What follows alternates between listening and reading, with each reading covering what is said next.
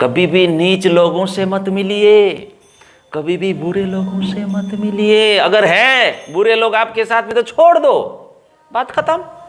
नहीं तो बुद्धि को नष्ट कर देंगे, आपकी बुद्धि नष्ट, पागल कहलाओगे।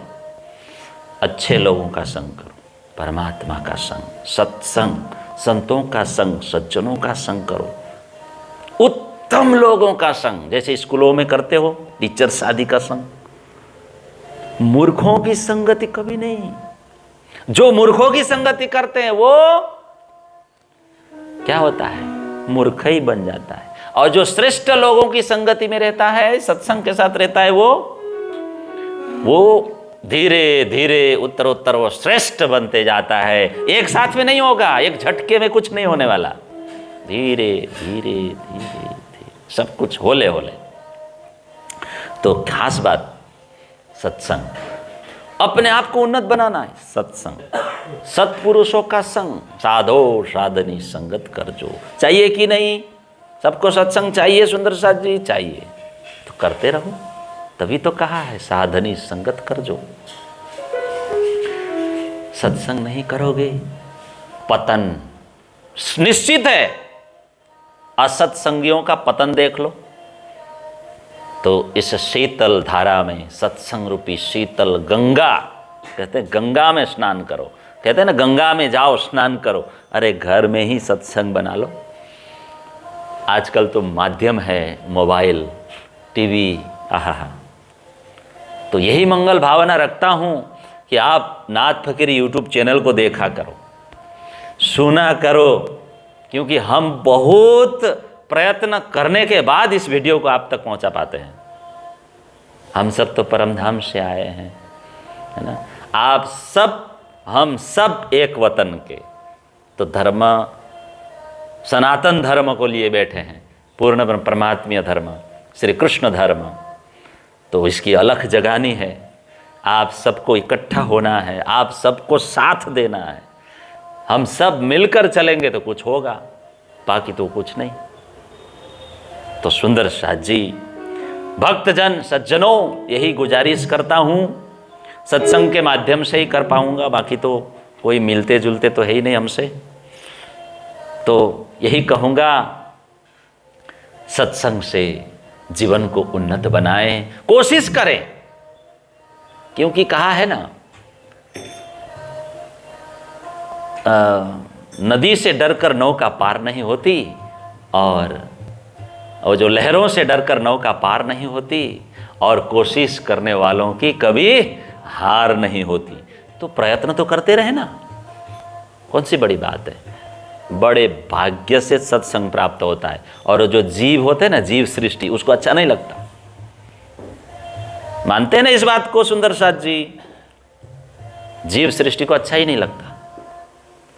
अगर सत्संग ब्रह्म सृष्टि को मिल जाए तो जीवन कृतार्थ हो गया, समझ लो। क्या? जीवन ही कृतार्थ हो जाता है। प्राप्त हो रही है हम सबको, हमारा जीवन क्यों कृतार्थ नहीं हो रहा है? तो फिर हमारा मन नहीं लगता। पर ब्रह्म परमात्मा में मन नहीं लगेगा तो क्या खाक मन लगेगा?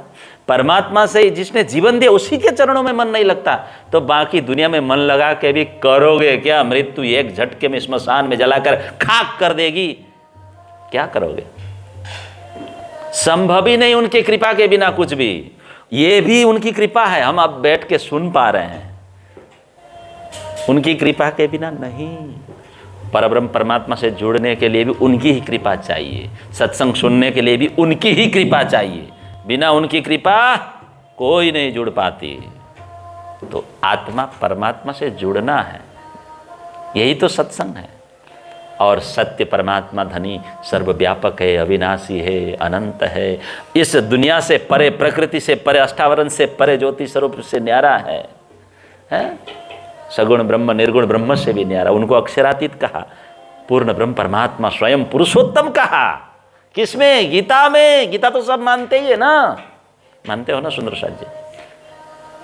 उत्तम पुरुष अन्य परमात्मा इति उदाहरत। परमात्मा कौन है? उत्तम पुरुष परमात्मा है, न कि ब्रह्मा परमात्मा है, न कि शिव परमात्मा। वे तो ब्रह्म है, परब्रह्म नहीं है। परब्रह्म तो एक ही है, एकम सत, बाकी सब ब्रह्म। परब्रह्म परमात्मा इति उदाहरत, वो ही एक ही है। उनको जानना, उनको जीवन में उतारना, यही तो सत्संग है। उनको जीना, यही तो सत्संग है।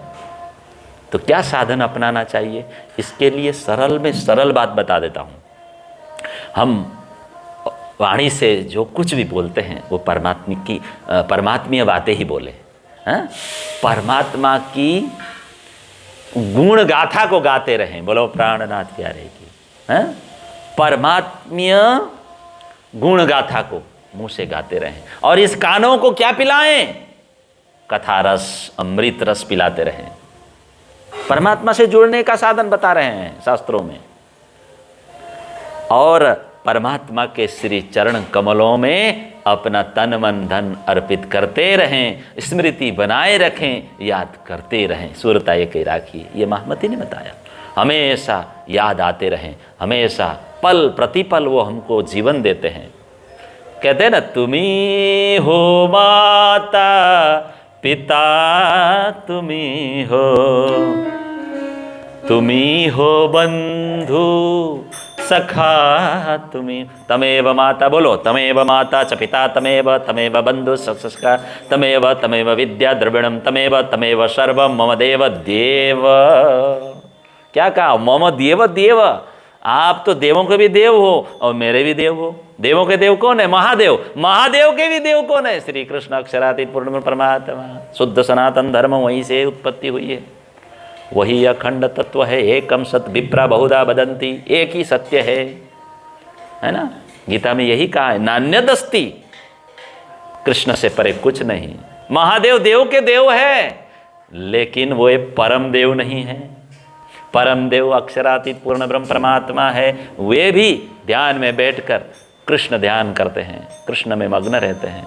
वे ब्रज में गए थे, रास में भी गए थे शंकर जी।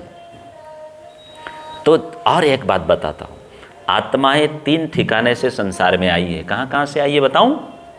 परम धाम से आई है, अक्षरधाम से आई है और वैकुंठ धाम से आई है। 3 ठिकाने से आत्माएं आती है, फिर वहीं जाती है। वो जितना भी करो, परम धाम से जो आत्माएं आती है उनको ब्रह्म सृष्टि कहा जाता है, और अक्षरधाम से जो आत्माएं आती है उनको ईश्वरी सृष्टि कहा जाता है, और वैकुंठ धाम से जो आत्माएं आती है उनको जीव सृष्टि। और सभी की प्रकृति अलग है, लो, स्वभाव अलग है, शरीर अलग है। संसार में देखिए भांति भांति के लोग है ना। और ब्रह्म सृष्टि और ईश्वर सृष्टि जो है, ये दोनों दृष्टात्मा है। शास्त्रों में कहा है, शास्त्रों में लिखा है, ये दृष्टात्मा है। और जीव सृष्टि ये मोह माया के चक्कर काटते रहते हैं। जगेंगे तो काम हो जाएगा, लेकिन मोह माया के चक्कर काटते रहते हैं। महामती ने कहा है, जो अच्छे लोगों के संग में आ जाएंगे, ब्रह्म सृष्टियों के संग में आकर वो भी अंकुरित हो जाते हैं। लेकिन मायावी लोग सोते हैं तो वो संसार का सपना सजाते हैं, नींद में भी संसार का स्वप्न सजाते हैं, संसार में ही सीमित रहकर जीवन गुजारते हैं और अंत में दम तोड़कर मर जाते हैं। बोलो प्राणनाथ। तो आत्मा कहाँ से आई है ये देखना होता है, हमें भी यही देखना है। मेरी आत्मा कहाँ से आई है? मन लगता है इधर, नहीं लगता है तो छोड़ दो, ये मार्ग तुम्हारे लिए सही नहीं है। अगर परमात्मा में मन नहीं लगता, अभी तक नहीं लग रहा है, फिर बाद में भी नहीं लगेगा, लगाने की कोशिश करो, नहीं लग रहा है तो छोड़ दो, ये आपका मार्ग है ही नहीं, आप किसी और को पकड़ो। कृष्ण मार्ग आपका नहीं है। अगर हमारा अपना मार्ग होता तो अपने आप जुड़ जाते। कृपा का अवतरण श्री कृष्ण जी से ही होता है, सभी देवों में भी। कट एंड क्लियर बात कहूं, स्वीट एंड शॉर्ट, एक ही बात है। क्या है? जहां से आत्मा अवतरित होती है और कृपा भी वहीं से बरसती है। बोलो प्राणनाथ। तो हम सब कहां से आए हैं? कृष्ण धाम से, परमात्मा के धाम से, परब्रह्म के धाम से। न कि शिवलोक से आए, न कि ब्रह्मलोक से आए, न कि हम वैकुंठ धाम से आए, न कि गोलोक धाम से आए, ऐसी भावना करें। महामती कहते हैं ना, मेहराज कहे मुखे धन जो बड़ी हृदय रमंत 14 भवन ते जीतियो। कृष्ण धन जीवन में हो तो वो 14 लोक से पार होकर धन्यता का अनुभव करेगा। और इतवी धन उतवी धन, यानी 21 21 पीढ़ी तक तारने वाला ये धन है, परम धन, कृष्ण धन। 21 पीढ़ी तक अगर एक कोई सच्चा भक्त बन जाए, कृष्ण भक्त, तो 21 पीढ़ी तर जाते हैं, ऐसा कहीं नहीं लिखा है। तो इसके शरण में आपको जाना चाहिए, इनके चरणों में आपको जीना चाहिए।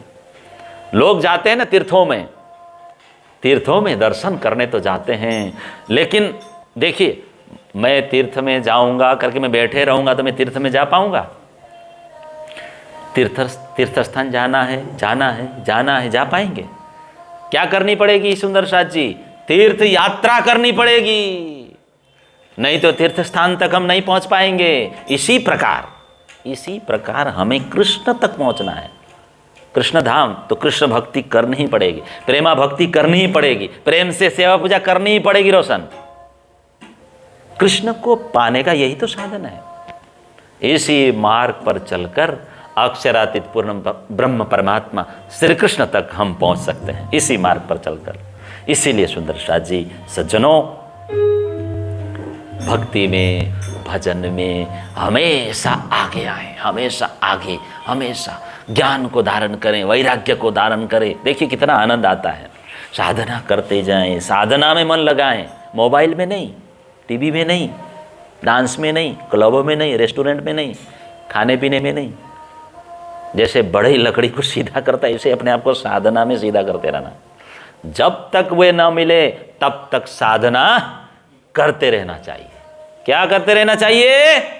साधना। क्या?